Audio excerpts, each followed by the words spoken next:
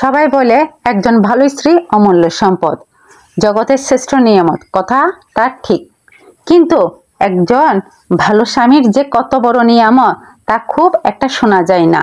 স্ত্রী বুঝবান ও দিনদার না হলে ছেলেদের কতটা কষ্ট হয় সেটা অনেকেই জানে, কিন্তু এটা কি কখনো ভেবে দেখেছে যে স্বামী যদি বুঝবান ও দিনদার না হয় তাহলে সেটা মেয়েদের জন্য কতটা কষ্টকর হয়।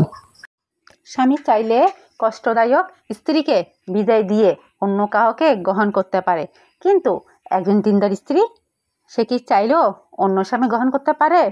তার সন্তান, ভগ্নদেহ, সামর্থ্য সব কিছুই যেন এক একটি পাহাড় হয়ে দাঁড়ায়, আর তার পরিবার ও সমাজ এক্ষেত্রে তার জন্য the great wall of China এর ভূমিকা পালন করে।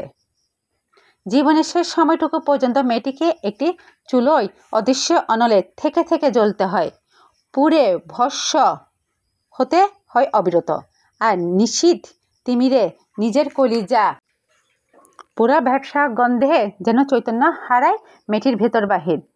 এর মধ্য দিয়ে আবার স্বামী, সন্তান ও শ্বশুরালয়ের চাহিদাও মিটিয়ে যেতে হয়।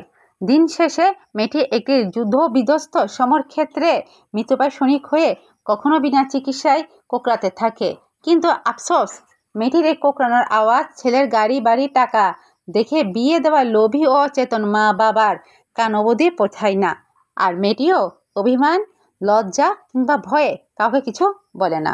একজন ভালো দিনদার স্বামী প্রয়োজনীয়তা, মর্মর মর্যাদা এই ভুক্তভোগী মেয়েটি ছাড়া অন্যদের জন্য বুঝতে পারাটা বেশ কষ্টকর।